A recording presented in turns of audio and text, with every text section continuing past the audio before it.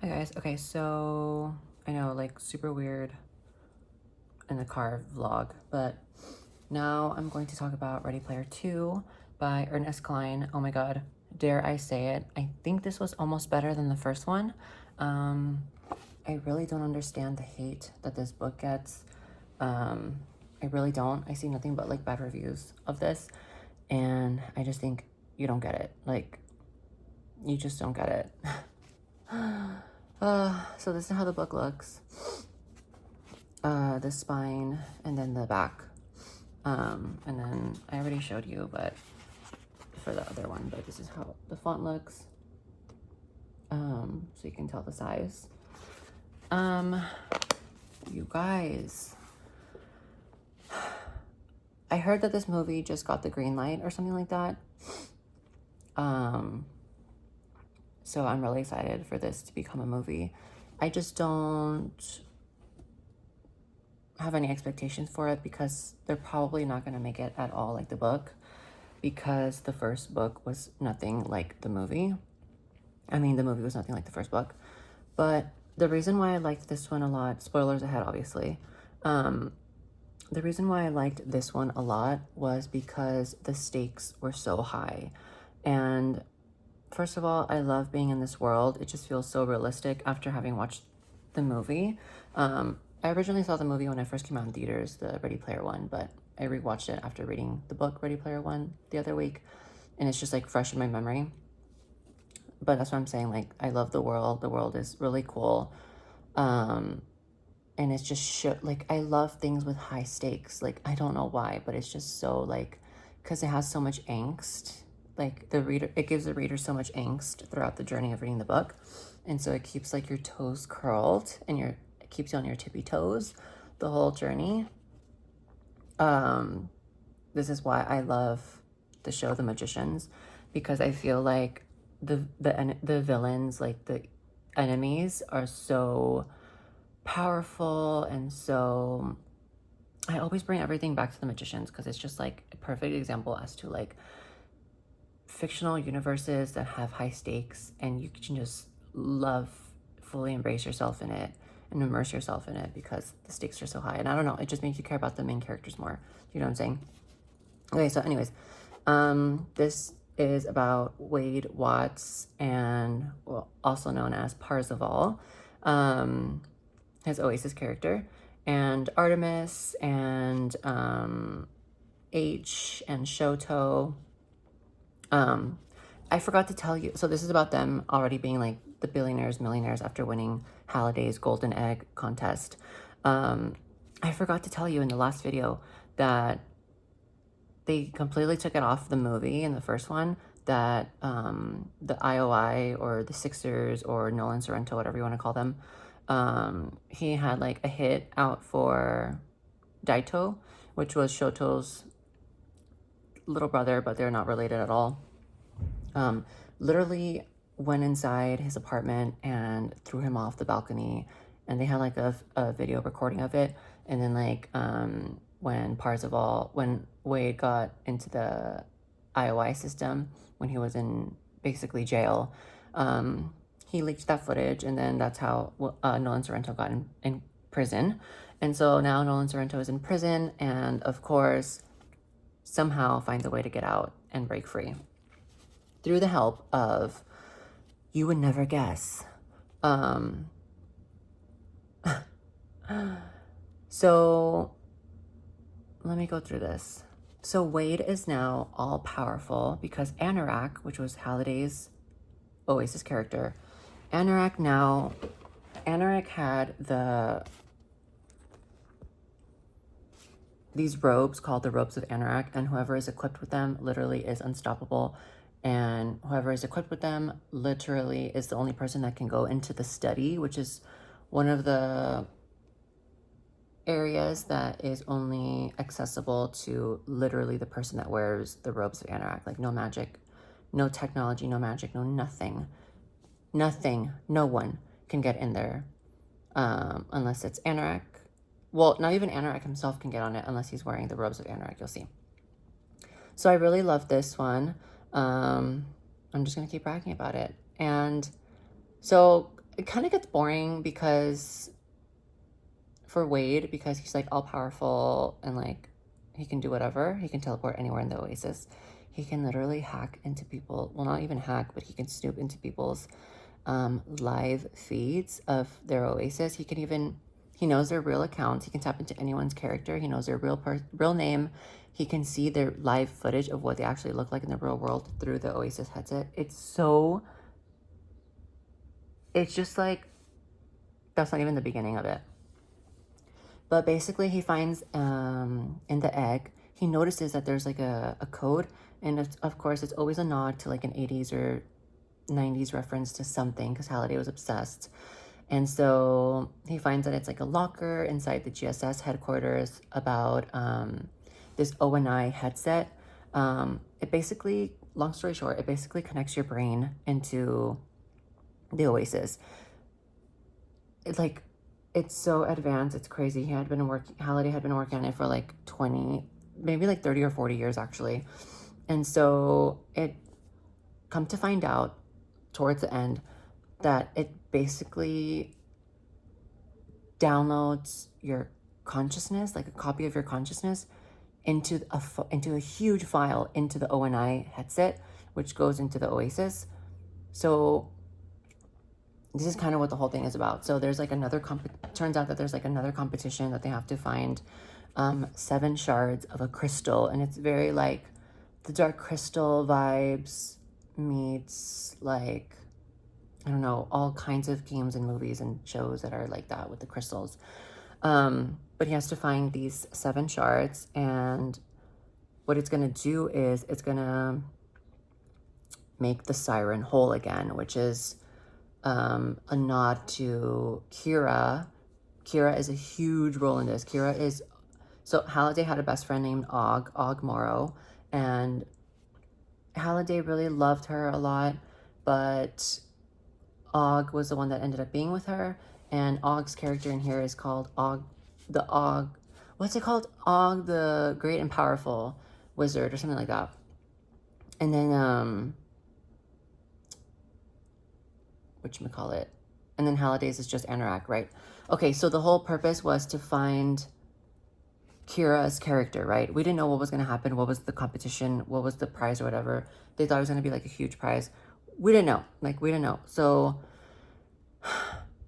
it took a while for them to find the first shard. And the only reason that Wade even found the first shard was because he had put out a I don't remember if he did this publicly, but I think he did. Yes, he did. He put it publicly out into the world. Whoever finds the first shard, I will literally give you $1 billion, $1 billion, because he has billions now, right? He was like, I'll give you $1 billion if you can find the first shard. This person named Lohengrin found the first shard. He gave them the money, and then he was like, thank you so much. It was just like such a nod to when he was young, because she kind of did it with like a group of friends. Lohengrin and her friends, they were called a Low Five. Sorry, I don't want to get into every single detail because I just don't have the time right now. But he finds the first shard through that. And then the stakes get really high when Anorak, out of nowhere, completely turns into this evil AI, because he was supposed to somehow get deleted or something after the contest was won, something like that. But Halliday had messed with his memories a lot, and like was trying to delete the memories of Kira for some reason or something like that. And so he somehow grew a consciousness. So Anorak is the copy of Halliday's consciousness. Does that make sense? Where this is all leading with the ONI headset. Okay. So Anorak ends up being evil, and he ends up literally holding all these people that have their ONI headsets on at this time as a hostage. And so the only way that they can be freed is if Wade and his friends or whatever the hell find the 7 shards of the siren to make the siren whole again. The siren would be Kira. And so it gives them 11 hours. Like, gives them 11 hours and completely traps them. if they try to log out of the Oasis, they will be in a coma and they might not even survive the coma. So that's why the stakes are so high, and it's so good. Like, it's so good. The only thing is that it's so hard to believe that it took like years for someone to even find the first shard. And then now after they find the first shard, they literally, even though they're working all as a team, um, in the countdown of 11 hours, they find all the 7 shards. Like, come on. What? That's the only thing I have with this book, but I understand why he did the 11 hours, because you can only be plugged into the O&I headset for 12 hours, and then it like automatically signs you out because people will have synaptic overload syndrome, because it's connected to your brain, like literally. So it's very like Neuromancer, even though I've never read Neuromancer, but I'm thinking that's what Neuromancer is. Come on, like just the cover kind of tells you that. So, like cyberpunk, right? Like this is very that. So this is very like adventure, sci-fi, fantasy, video game, if you like that. But this one in particular was more definitely like, what was his name? John, fuck, I already forgot the name of the director. It's a nod to the guy that directed Pretty in Pink and what are the other movies? I can't even think of the other ones. Anyways, very Prince heavy. That's why it's purple. Very, very Prince. Like the artist, very Prince heavy. And then very Lord of the Rings heavy towards the end. So if you love those, that's just totally for you. Is it John Wayne? I don't know what it's called.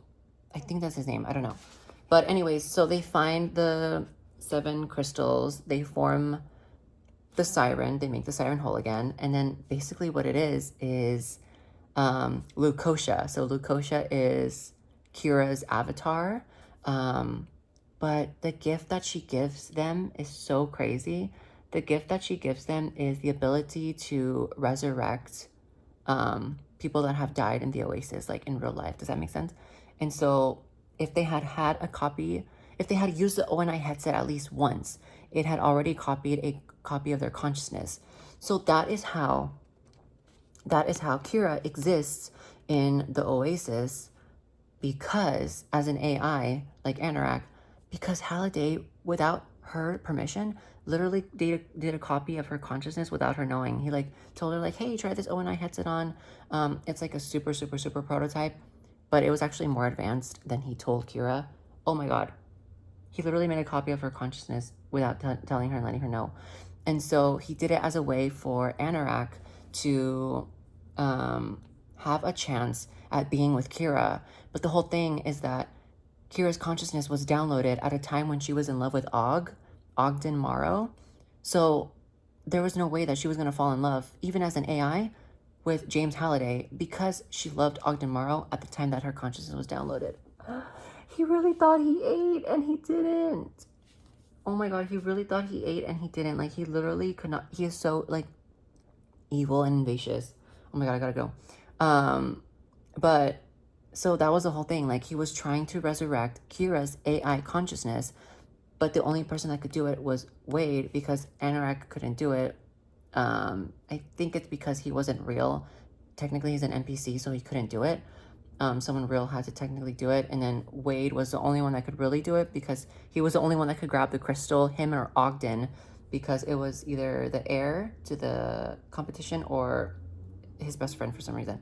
So anyways, they tricked him really, really good. They tricked him with the fake crystals, and it was so funny. Wade was threatening him that he was going to push the red button to completely eliminate the simulation of the Oasis. It would destroy the world, literally. The real world and the Oasis. But Wade didn't do that. Ogden came into the rescue. Unfortunately, he died, but literally came back to life and had the most epic fight, or one of the most epic fights with Anorak. It was so cool to see, like, oh my gosh, so many characters died in the Oasis, not real life, in this one. And then Artemis and Parzival, which is Wade, they made a copy of their consciousness too, and then they sent a literal spaceship that Wade had built earlier in the novel to outer space so that their consciousnesses, the copy of their consciousnesses, could live on forever in a simulated in the simulated Oasis in space. So even when it's immortality basically.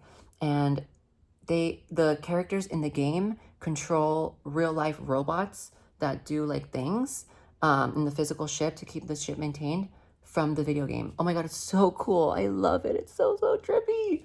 It's so trippy.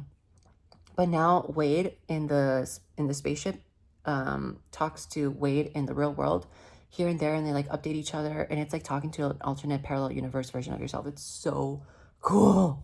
I really loved this. I don't know how people did not like this. Like, I'm literally obsessed with this book. And the whole concept, it's just like so good. And then what else happened? Yeah, Wade and Artemis have a baby. They get married. I think they have a baby, but they do get married for sure. And then H gets married with a girl.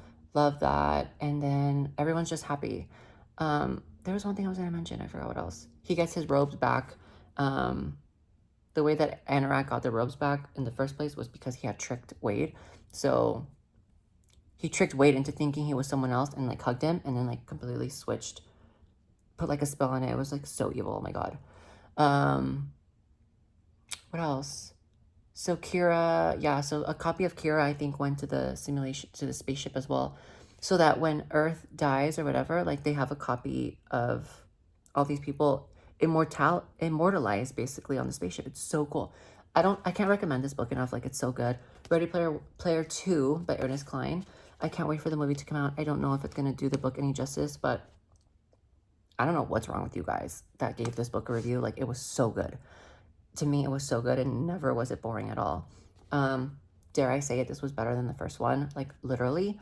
And then they ended up killing Nolan Sorrento, sorry, why did I say William? Nolan Sorrento, in the best way possible. Anorak was the one that killed him because he had no use for him anymore, and because Sorrento, like, not betrayed him, but like double agent him. Not double agent him. If you read the book, you know what I'm talking about. But it was good to see that man go, honestly, because he is a POS. Okay, I'm done. Go read this book. I don't know when I'm going to have the next video out. I feel like I need to take a break from reading. That's not going to happen, but I feel like I need to take a break from reading because I've just been reading so much. But stay tuned. I don't know what's coming next, but just stay tuned. Bye, guys.